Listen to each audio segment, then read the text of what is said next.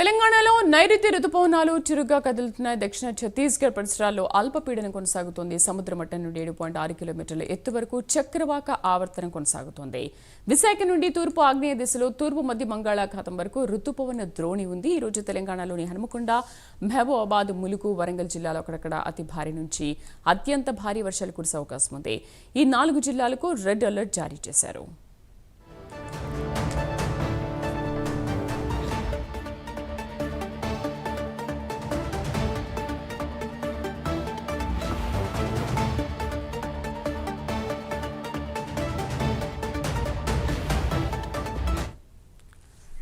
ఆదిలాబాద్, జనగాం, జయశంకర్, భూపాలపల్లి, ఖమ్మం, కొమరంభీం, ఆసిఫాబాద్, మంచిర్యాల, పెద్దపల్లి, సిద్దిపేట, సూర్యాపేట జిల్లాలో orange alert జారీ చేశారు.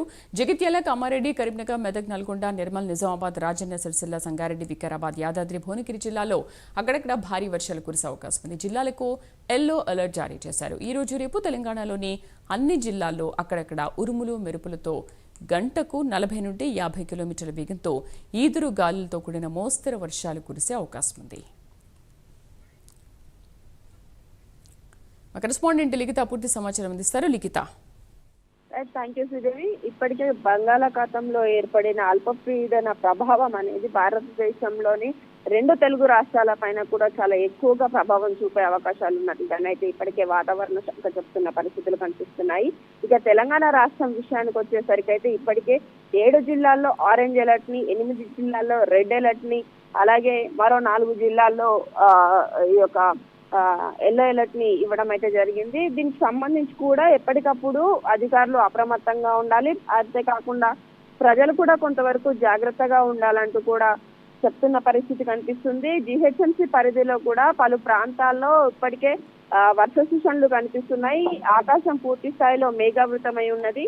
సో కాబట్టి కొంతవరకు కూడా ఎవరైతే అనవసరంగా బయటికి రావద్దు అని కూడా సూచనలు జారీ చేయడంతో పాటు కొన్ని ప్రాంతాల్లో ఈదురుగాలతో కూడుకున్న వర్షం, అదే కొన్ని ప్రాంతాల్లోనైతే ఉరుములు, మెరుపులతో కూడుకున్న వర్షం కూడా పడే అవకాశాలు ఉన్నాయి.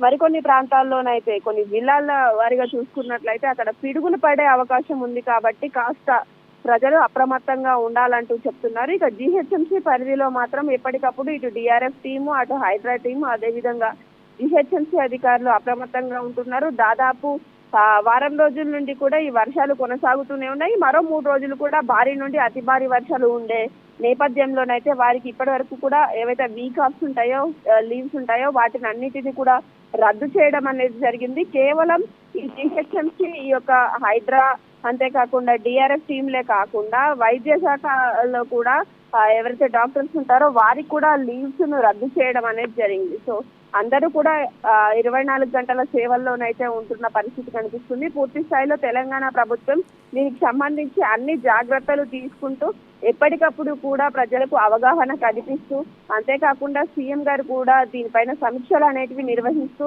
ఎలాంటి నిర్ణయాలు తీసుకోవాలి, ఎలాంటి సహాయక చర్యలు అందించాలి, అంతేకాకుండా ప్రమాదాలు జరగకుండా ఏ విధంగా చూసుకోవాలి అనే విషయం పైన ఎప్పటికప్పుడు అధికారులతోటి చర్చలు అనేటివి జరుపుతూనే ఉన్నారు. అదే విధంగా ప్రస్తుతం మనం చూస్తున్నాం హైదరాబాద్ నగర వ్యాప్తంగా కూడా పూర్తి స్థాయిలో ఈ ఏవైతే వరదలు వచ్చినప్పటికీ కూడా కొంతవరకు జాగ్రత్తలు పాటిస్తున్న పరిస్థితులు అయితే ప్రస్తుతం కనిపిస్తుంది. ఏది ఏమైనప్పటికీ కూడా ప్రజలు కూడా కొంతవరకు అప్రమత్తంగా ఉండాలంటూ కూడా చెప్తున్న పరిస్థితులు ఇక్కడ నెలకొన్నాయి. శ్రీదేవి.